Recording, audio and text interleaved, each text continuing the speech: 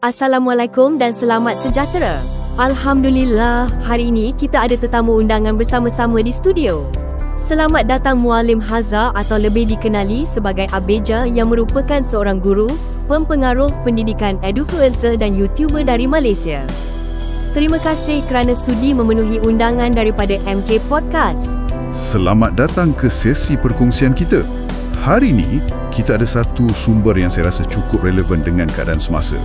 Sebuah artikel oleh Khadijah Syafi'i, tajuknya Persediaan Guru Menghadapi Cabaran Pendidikan Era Digital dan Kecerdasan Buatan AI.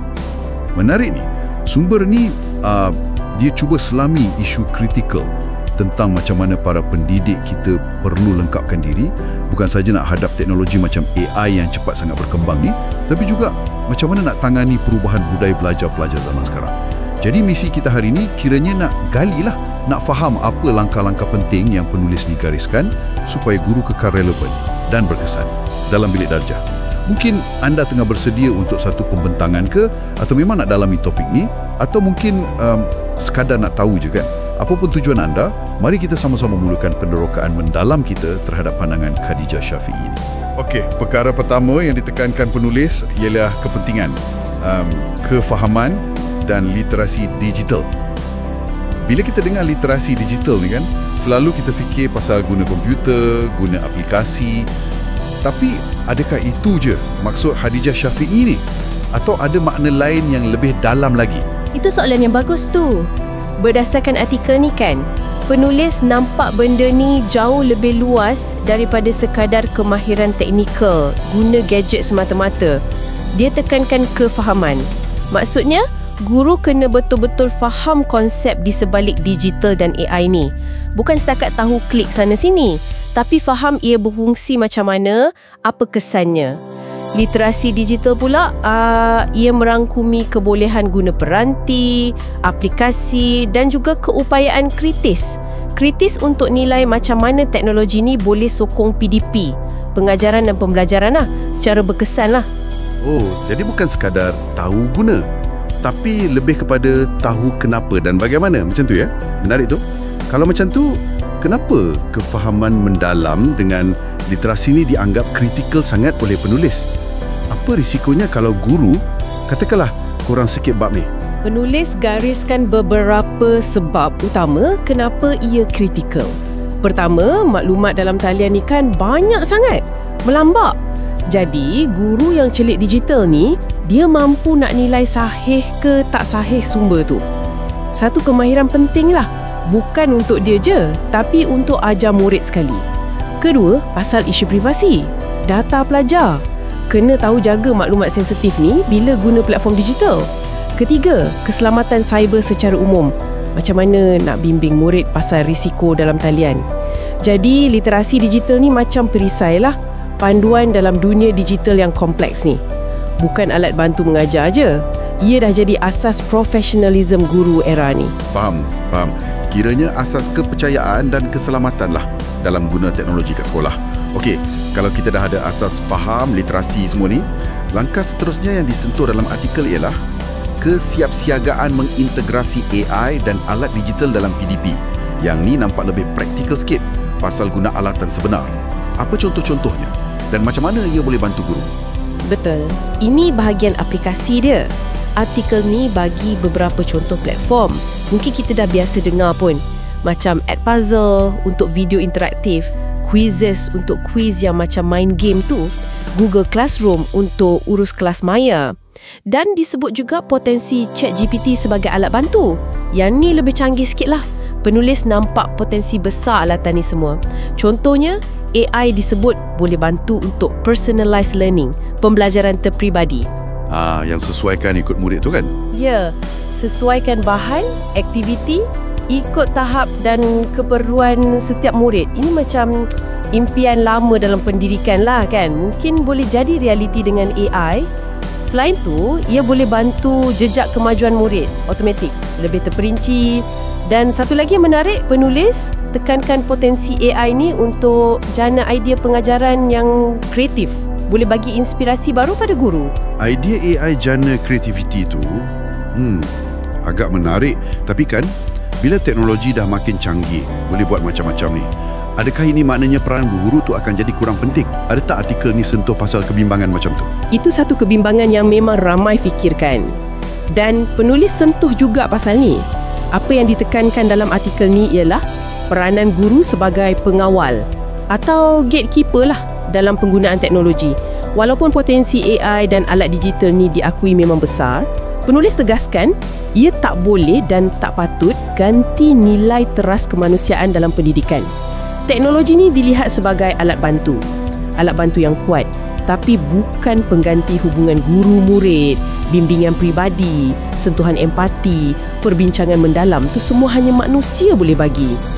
Kalau kita tengok gambaran besar sikit, mesej penulis ni ialah macam mana kita nak guna teknologi untuk perkaya pengalaman belajar. Bukan kurangkan dia jadi sekadar interaksi digital je. Tak ada jiwa. Guru kena bijaklah pandu benda ni. Jadi, teknologi sebagai pemudah cara, bukan pengganti mutlak. Okey, faham. Ini bawa kita ke satu lagi aspek yang saya rasa penting sangat. Dia tunjukkan pandangan penulis ni holistik, iaitu peningkatan kemahiran abad ke-21. Nampaknya persediaan guru ni bukan pasal kuasai gadget je. Apa kemahiran insaniah atau soft skills ni yang ditekankan oleh Khadijah Syafiee? Tepat sekali. Penulis nampak persediaan guru ni melangkaui teknikal semata-mata. Kemahiran abad ke-21 yang disebut secara khusus dalam artikel ni ialah 4C yang kita selalu dengar tu. Communication, komunikasi berkesan. Collaboration, kolaborasi. Critical thinking, pemikiran kritikal. Dan creativity. Ini kemahiran insaniah yang dianggap kritikal, bukan je untuk guru kuasai, tapi yang lagi penting untuk diterapkan, diajar kepada murid-murid kita. Kenapa ya penekanan khusus kat kemahiran ni? Dalam konteks era digital dan AI, apa kaitannya? Kaitannya jelas. Kemahiran macam ni lah yang akan bezakan kita, manusia, dengan mesin nanti. Dan ia akan bantu generasi muda kita hadapi dunia yang kompleks yang sentiasa berubah ni. Dalam era maklumat melimpah ruah ni kan, kadang-kadang mengelirukan pula tu. Pemikiran kritikal tu jadi sangatlah penting. Dalam dunia yang saling berhubung ni, kebolehan komunikasi, kolaborasi dengan macam-macam orang, itu kunci kejayaan. Dan bila hadapi cabaran baru yang kita tak jangka, kreativiti, kebolehan selesaikan masalah cara baru, itu aset yang tak ternilai. Artikel ni cadangkan guru bukan sekadar ajar kemahiran ni, tapi kena jadi contoh, jadi model. Guru kena tunjuk macam mana dia sendiri tapis maklumat, macam mana dia hadapi masalah kompleks, macam mana dia bekerjasama cari penyelesaian. Macam walk the talk lah kiranya. Dari guru sebagai model pembelajar abad ke-21. Okey. Bercakap pasal perubahan kan? Satu lagi realiti yang guru kena hadap ialah perubahan pada murid itu sendiri. Ini bawa kita ke poin keempat artikel. Penyesuaian dengan perubahan budaya murid dan masyarakat. Apa yang penulis perhatikan pasal murid generasi sekarang ni? Dan macam mana ia tuntut penyesuaian dari guru? Artikel ni sentuh pasal fenomena yang mungkin ramai pendidik dah rasa dah. Akibat pendedahan pada media digital, perubahan sosial yang cepat, murid hari ni dikatakan cenderung ada ciri-ciri tertentu. Mereka mungkin lebih kritikal, harapkan maklum balas cepat.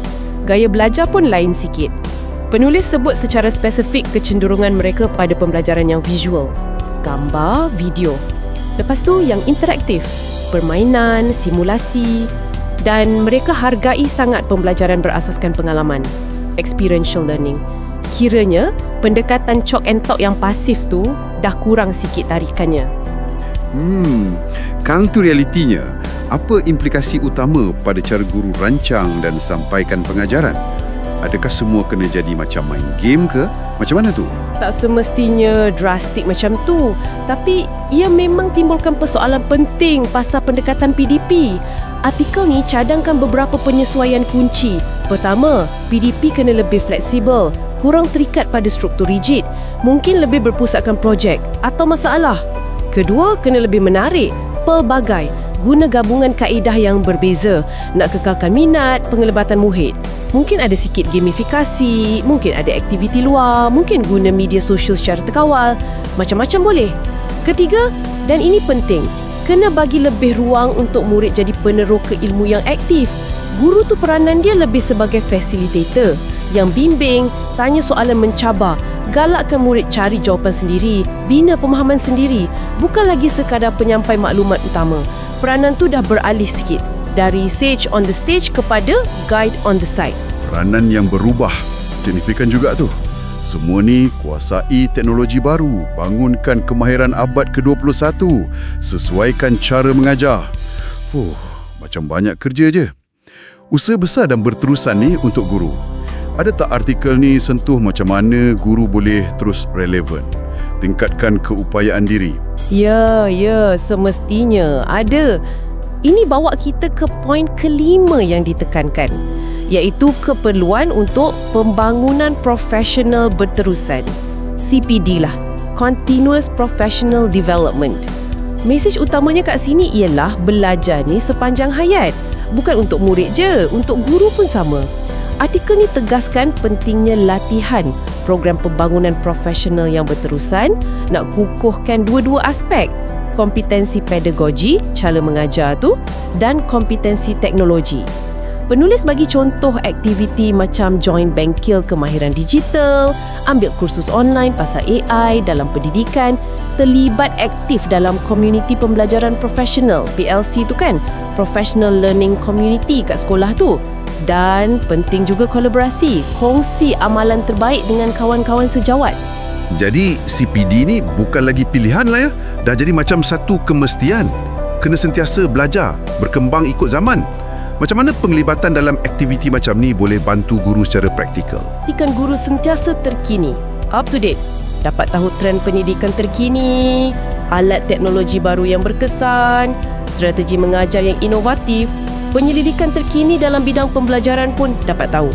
Lebih dari itu, platform macam TLC itu ia benarkan guru kongsi cabaran, bincang penyelesaian sama-sama, dapat sokongan moral lagi. Ini bina satu budaya belajar secara kolektif kat sekolah. Baguslah kan? Dalam persekitaran yang dinamik macam sekarang ni, CPD ni penulis anggap macam sauh lah. Bantu guru kekal mantap, yakin hadapi perubahan. Baiklah, kita dah sentuh pasal teknologi, kemahiran, penyesuaian cara ajar, pembangunan profesional. Nampak macam dah lengkap. Tapi ada satu lagi elemen penting ni, yang selalu jadi perdebatan hangat bila teknologi mula masuk dalam pendidikan. Artikel ni sentuh pasal keseimbangan nilai dan etika. Kenapa pula aspek ni dianggap kritikal oleh penulis dalam konteks era digital ni? Ini satu penutup yang sangat penting. Ia tunjuk keprihatinan penulis pasal aspek kemanusiaan. Dalam lajunya teknologi ni maju kan, ada risiko nilai murni, etika, integriti kita terhakis kalau tak diberi perhatian serius. Penulis tegaskan, secanggih mana pun teknologi itu, ia tak patut dibenarkan ambil alih atau ganti sentuhan kemanusiaan, human touch. Itu intipati pendidikan sebenar. Guru dilihat ada peranan yang amat besar sebagai penjaga nilai dalam ekosistem digital ni. Apa peranan spesifik guru sebagai penjaga nilai ni yang artikel ni gariskan? Macam mana nak laksanakan benda tu tengah-tengah guna teknologi yang meluas ni? Artikel ni gariskan beberapa peranan utama guru sebagai pembimbing moral dan etika. Pertama, tanamkan nilai tanggungjawab bila murid guna teknologi. Guna untuk baik, elak salah guna, faham kesan tindakan dalam talian. Kedua, pupuk sikap hormat dalam semua interaksi. Digital ke, komen kat media sosial, email, fizikal ke, sama je. Ketiga, bangunkan empati. Kebolehan nak faham, nak rasa apa orang lain rasa. Kemahiran social critical ni kadang-kadang tercabar dalam komunikasi digital yang kurang nuansa tu kan. Matlamatnya jelas. Nak pastikan kemajuan teknologi ni jalan seiring dengan pembangunan sahsiah, jati diri insan yang kukuh. Teknologi kena angkat martabat manusia, bukan sebaliknya. Satu peringatan yang sangat penting tu. Jadi, lepas kita teroka semua aspek yang dibangkitkan oleh Khadijah Syafiee ni kan, apa rumusan besar yang boleh kita ambil lah tentang persediaan guru di era digital dan AI ni? Nampaknya ia bukan satu benda mudah. Bukan satu kemahiran je. Berdasarkan artikel ni, persediaan guru ni satu gabungan yang kompleks sebenarnya. Ia perlukan ilmu pengetahuan yang sentiasa kena update, kena kuasai kemahiran teknikal yang relevan, kena bangunkan kemahiran insaniah abad ke-21 tu, yang kritikal tu. Dan yang paling asas sekali, pegangan kena teguh pada nilai dan etika kemanusiaan. Guru bukan lagi sekadar perlu celik IT je lah. tapi kena jadi individu yang adaptif, boleh sesuaikan diri, reflektif, sentiasa fikir balik dan bijak sesuaikan diri dengan perubahan murid, masyarakat. Walaupun teknologi ni buka macam-macam kemungkinan baru kan, sumber ni tegaskan peranan guru sebagai nadi utama pendidikan tu tak terganti, pencetus perubahan positif dalam hidup generasi muda kita. Saya setuju sangat dengan rumusan tu. Kesimpulan penting dari sumber ni ialah peranan guru tu tak berkurang pun, tak jadi lapuk sebab teknologi. Sebaliknya, peranan tu berevolusi, berubah bentuk, mungkin jadi lebih kompleks, lebih mencabar. Tapi potensi dia untuk jadi lebih bermakna pun ada. Guru masa depan ni kena jadi macam nahoda lah, mahir pandu kapal dalam lautan teknologi. Tapi pada masa sama, kena sentiasa pegang kompas kemanusiaan dalam misi nak didik jiwa dan minda. Ia satu keseimbangan yang perlukan kebijaksanaan, komitmen yang tinggi. Sebagai penutup kan, mungkin satu soalan untuk anda fikirkan lebih lanjut. Berdasarkan apa yang kita bincang hari ini, kalaulah kita berjaya gabungkan kecekapan teknologi dengan hubungan kemanusiaan yang mendalam macam yang penulis cadangkan ni, agak-agaknya macam mana ia bukan sekadar ubah cara kita mengajar, tapi mungkin juga boleh takrif semula apa yang kita anggap sebagai bilik darjah atau persekitaran pembelajaran tu sendiri pada masa akan datang. Satu pemikiran tentang masa depan pendidikan yang menarik untuk kita semua terokai.